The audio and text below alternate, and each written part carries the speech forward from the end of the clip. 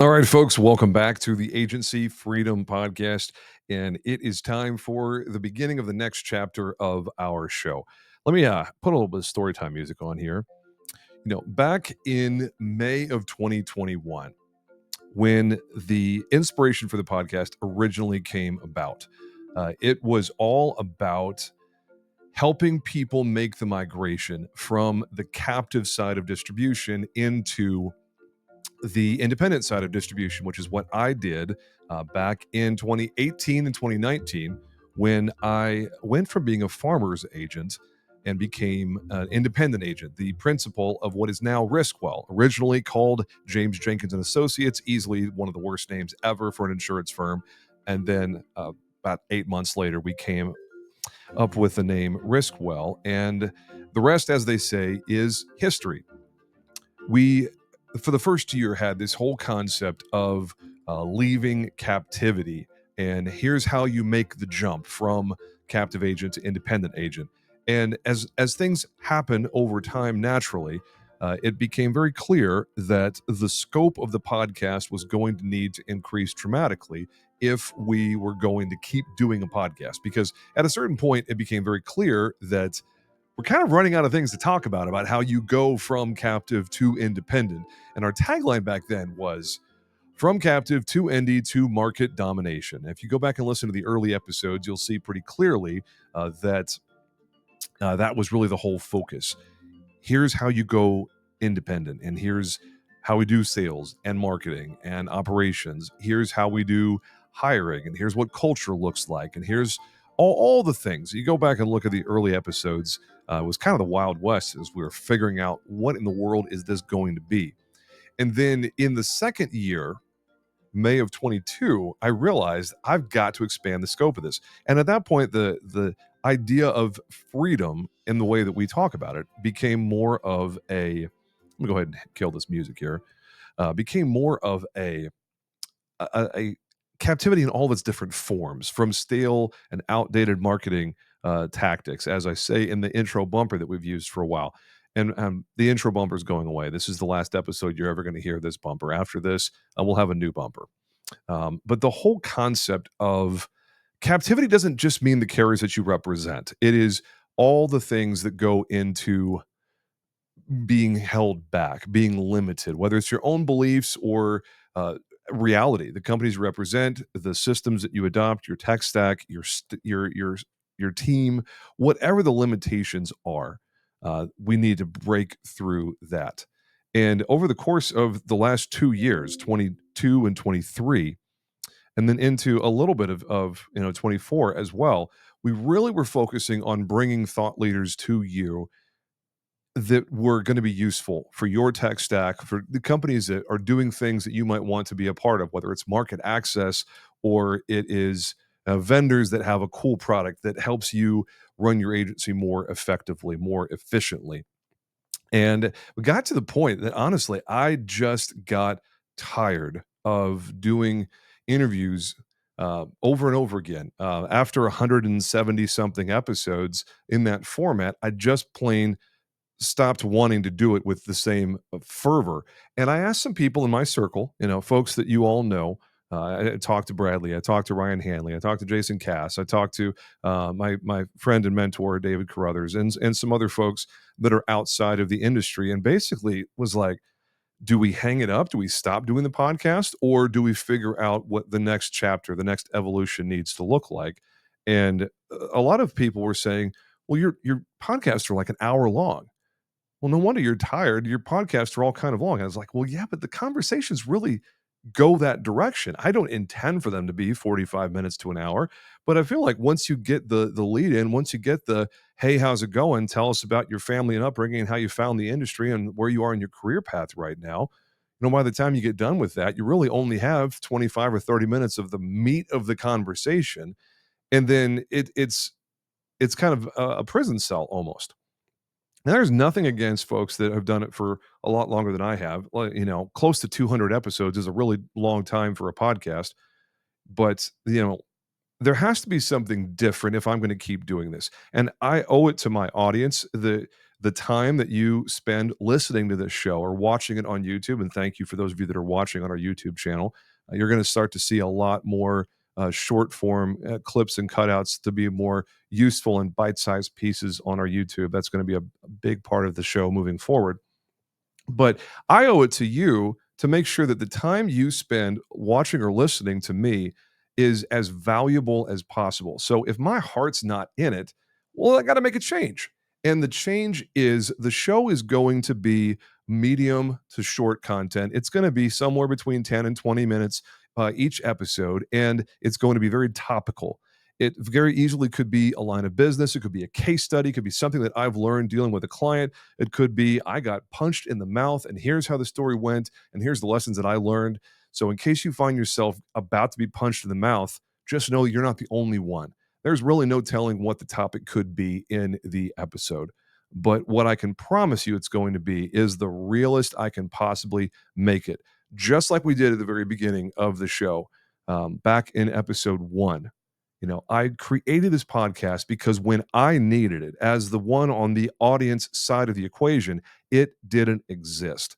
So if I'm going to keep doing this podcast thing, I've got to make sure that it is maximally valuable, that I am unpacking my experiences and what I've learned through thousands and thousands of conversations over the years of how to do the insurance game the only way that I know how, which is, transparent and real and raw, and telling people exactly what they need to hear in a situation, maybe not what they want to hear, and also unpacking some of the stuff that you may be interested in from a line of business perspective, from niche specialization, whether it's sales tactics or tricks, whether it's marketing, whether it's best practices for operations. We're going to occasionally have people come in and talk shop with me, but it's not going to be an interview style. It's literally going to be people that I know that I want to have a conversation with, and I think is probably interesting for you. So when we have folks come on the show, it's not going to be an interview. It's going to be shop talk. It's going to be breaking down what to do about a specific subject, whether it's overcoming a challenge, an objection, some hiccup in the sales process, dealing with delinquent vendors, and folks that do weird things that make it hard for us to run our agencies efficiently and profitably and effectively. So that's what you can expect moving forward in the life cycle, the chapter of the Agency Freedom podcast.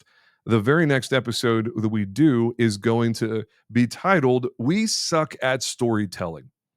And the focus of that episode is basically four main points. I'm borrowing from Donald Miller's book, Building a Story Brand. Got to give him credit where credit is due.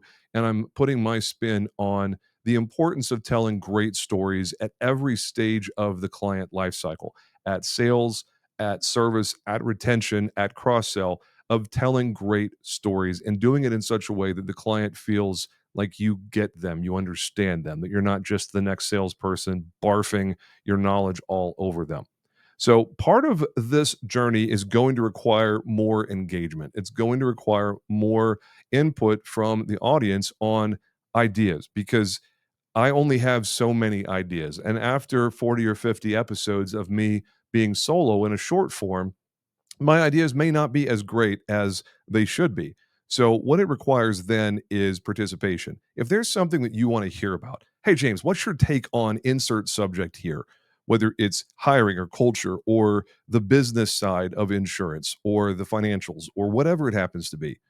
If it's content, if it's, hey, how in the world do I start creating video? How do I set up a studio? What do I talk about? How do I get people involved? What's happening behind you, James? What are those pretty lights back there?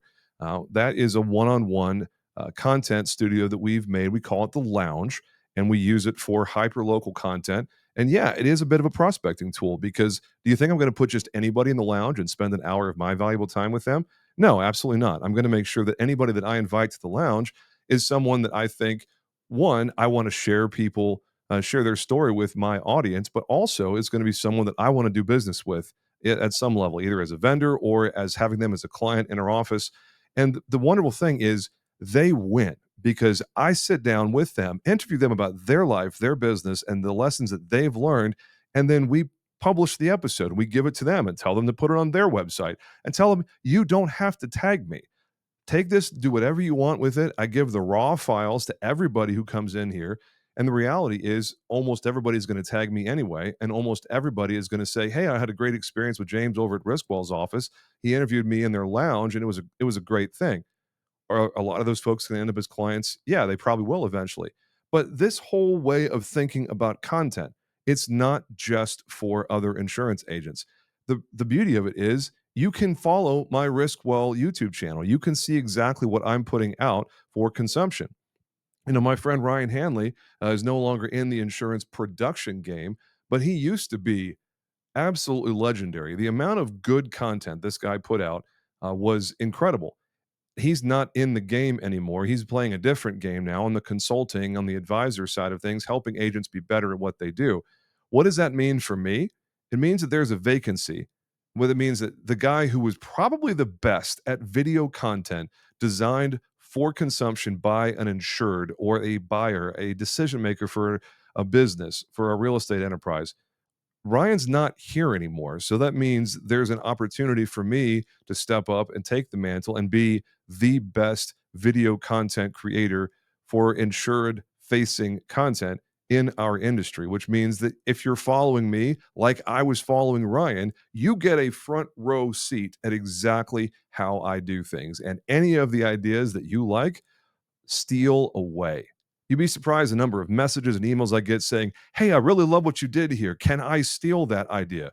It's like, yeah, I don't have a copy written. By all means, take it, make it your own, do what you want with it. If there's anything I can do to inspire you to take big action in your agency, I am all for it. And that's really all I have to say for this first episode, kind of setting the stage for what happens next. These short form episodes. If you're not watching the episodes on YouTube, you're going to be missing out because there's going to be some stuff occasionally where I will share my screen, where I will have something visual that will be more useful, more engaging for you. If all you want to do is listen on the podcast channel of your choice, whether it's Apple or Spotify, by all means, you're the boss here. You can do whatever you want with the content that I put in front of you.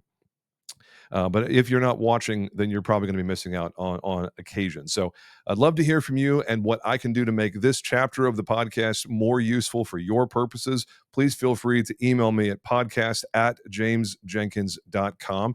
And that is it for this episode. I'm terribly excited for what comes next. Thank you so much for being on this journey. It is incredibly humbling, and I love every second of it. Glad to keep doing it with you for at least another year or two, and we'll see what happens after that. That's all for now. Ladies and gentlemen, make it a great day. We'll talk to you again real soon. Y'all take care.